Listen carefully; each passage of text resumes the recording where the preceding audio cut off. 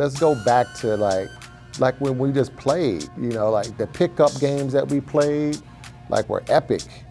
I just remember everybody meeting up above the rim. I mean, we had, Gary Payton, Tim Hardaway, Brian Shaw, Jay. When you're playing, you don't necessarily think about who you're playing against or how you're playing against them.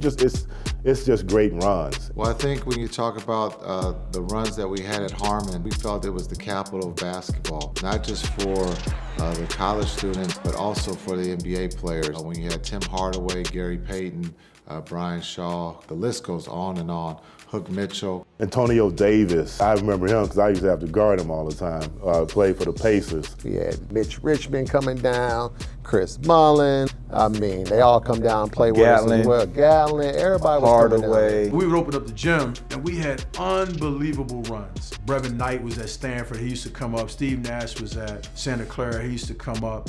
To be able to play against the NBA players, because that was everyone's dream, was to be an NBA player. So being able to go against these guys, to have your teammates there, Lamont, Monty, Al Grisby, to see how far off we were or how close we were of beating these guys. A lot of times they would let us know that we were college students and that we had a ways to go. They're at the top of their games, and these guys are playing hard. They're not trying to lose. There's no question those summer runs in Harmon Gym had a lot to do with the success and the fact that this team didn't have any fear.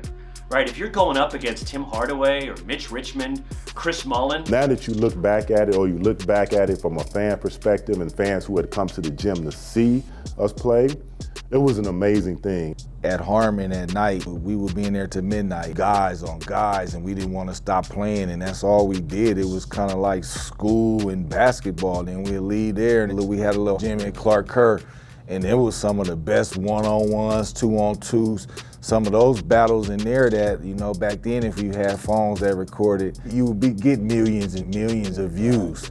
And Jason was in high school and he would play with these guys. And through his relationships with Gary and Brian Shaw, got pulled into those runs. And here's this high school kid playing with these, Mitch Richmond's in the Hall of Fame, Chris Mullin's in the Hall of Fame, Tim Hardaway just went in the Hall of Fame, Sharunas Marshall-Lonis is in the Hall of Fame. Have a combination of Oakland local legends, Golden State Warriors, a lot of amazing players.